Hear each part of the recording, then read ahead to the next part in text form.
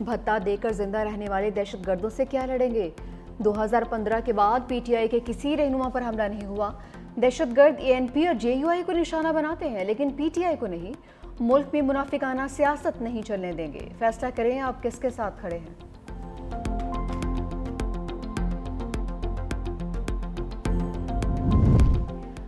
Pakistan default کے دہانے پر تھا، ہم نے ہمت نہیں ہاری، وزیر اعظم شہباز شریف کے ویژن سے اب ملک سنبھل چکا، ترقی اور خوشحالی امن کی راہ پر ہے۔ نائب وزیر اعظم اسحاق ڈار کی بڑی امام دربار پر حاضری کے موقع پر میڈیا سے گفتگو، کہا کہ جنگ میں بھارت کو شکست دے کر ثابت کیا کہ ہم ہر محاذ پر تیار ہیں۔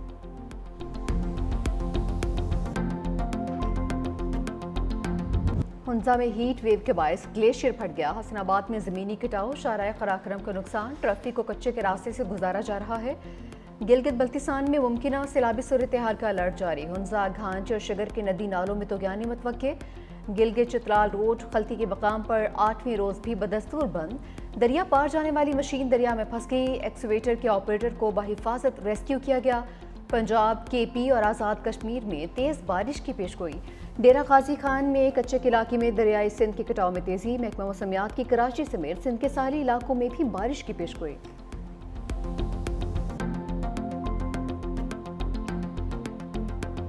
ٹیکس فراڈ میں ملوث تاجروں کی گرفتاری کے قانون میں نرمی، ایف بی آر کے مطابق ملوث افراد کی رجسٹریشن معطل اور بلیک لسٹ کیا جائے گا، سہولت کار افسر یہ عملہ بھی زد میں آئے گا۔ ٹیکس فراڈ میں ملوث تاجروں کی گرفتاری سے پہلے مشاورت لازمی قرار، مشکوک، جعلی یا فلائنگ انوائسز میں ملوث افراد کی جانچ پڑتال بھی کی جائے گی۔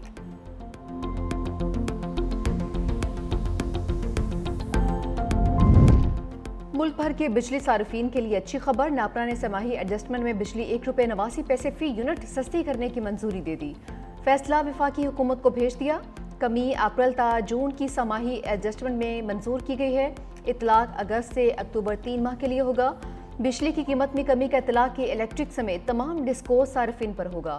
نیپرا نے جون کی فیول کاسٹ ایڈجسٹمنٹ قیمت میں بھی 77 پیسے فی یونٹ کمی کر دی، اطلاق اگست کے بلوں میں ہوگا۔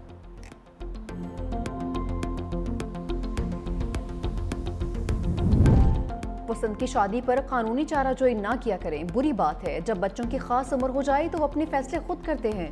چیف جسٹس کے پسند کی شادی کے کیس کی سماعت کے دوران ریمارکس، عدالت نے لڑکی کو شوہر کے ساتھ جانے کی اجازت دے دی۔ چیف جسٹس نے والد سے کہا کہ آپ کی بیٹی نے بیان دیا ہے کہ اس نے اپنی مرضی سے شادی کی ہے، ایسے ایشوز عدالت میں نہیں لانے چاہیے۔ لڑکی کے والد نے استدعا کی، عدالت میری بات تو سن لے۔ چیف جسٹس نے کہا کہ ہم اگر آپ کو سنیں گے تو پھر ہم کچھ اور بھی کریں گے جو ہم نہیں چاہتے۔ چیف جسٹس نے لڑکیوں سے کہا کہ آپ بیٹیاں ہیں، والد نے کیس کیا ہے تو اس کا یہ مطلب نہیں کہ رابطہ منقطع کر دیا جائے، جو ہو گیا سو ہو گیا۔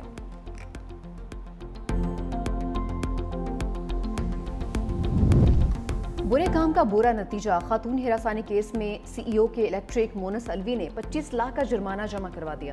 مونس الوی نے 25 لاکھ روپے جرمانے کی رقم ناصر سندھ ہائی کورٹ کے اکاؤنٹ میں جمع کروا دی۔ گزشتہ ماہ صوبائی محتسب نے مونس الوی کو خاتون سے ہراسانی کے الزام میں عہدے سے ہٹانے اور 25 لاکھ روپے جرمانہ عائد کیا تھا۔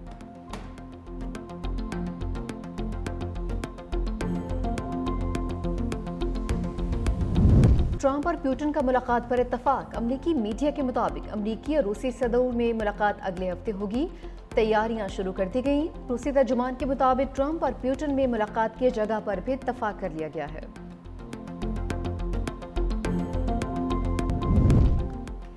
مشرق وسطیٰ کے تمام ممالک ابراہم معاہدے میں شامل ہوں، امریکی صدر ڈونلڈ ٹرمپ کی اپیل، کہا ایران کی جوہری صلاحیت ختم ہو گئی۔ ڈونلڈ ٹرمپ کا نئی مردم شماری میں غیر ملکیوں کو شمار نہ کرنے کا اعلان۔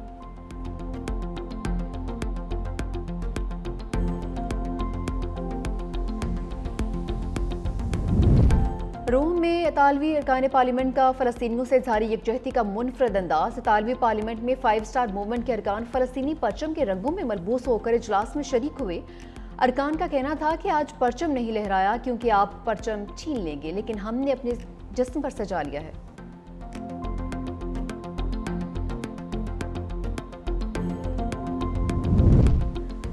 فرانس کے جنگلات میں لگی آگ، بے قابو بے رحم شعلوں نے 39,000 ایکڑ رقبے پر پھیلے جنگلات کو جلا کر راکھ کر دیا، ایک شخص ہلاک اور 9 زخمی، متعدد افراد لاپتہ، 2000 سے زائد فائر فائٹرز آگ پر قابو پانے میں مصروف۔ فرانسیسی حکام نے آتش زدگی کو 80 سالہ تاریخ کا بدترین واقعہ قرار دیا ہے۔